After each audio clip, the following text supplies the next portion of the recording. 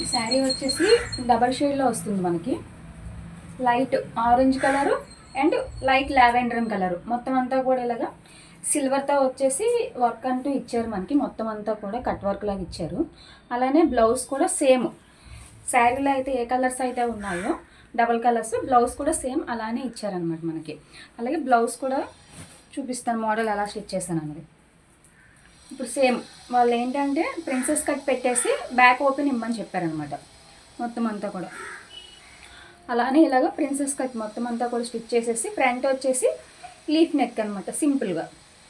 అలానే back side వచ్చేసి ఇలాగ రౌండ్ నెక్ పెట్టేసి థ్రెడ్స్ పెట్టమని చెప్పారు.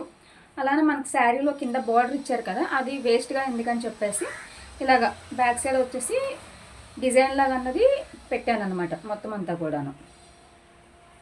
అలాగే దీనికి కూడాను డోరీస్ వచ్చేసి ఇలాగ ఫ్లవర్ బంచెస్ లాగా స్టిచ్ చేశాను మొత్తం అంతా కూడాను. బ్లౌజ్ వచ్చేసి బ్యాక్ సైడ్ ఇలా ఉందన్నమాట మొత్తం అంతా కూడాను. అలానే హ్యాండ్స్ వచ్చేసి ఇప్పుడు మొత్తం అంతా కూడా ఇవే ట్రెండ్ అవుతున్నాయి కదా హ్యాండ్స్ మనకి.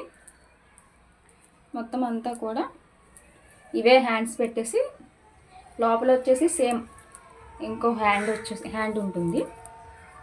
పైన వచ్చేసి మళ్ళీ మోడల్ హ్యాండ్ మొత్తం అంతా కూడాను. హ్యాండ్స్ వచ్చేసి ఇలా స్టిచ్ చేశాను.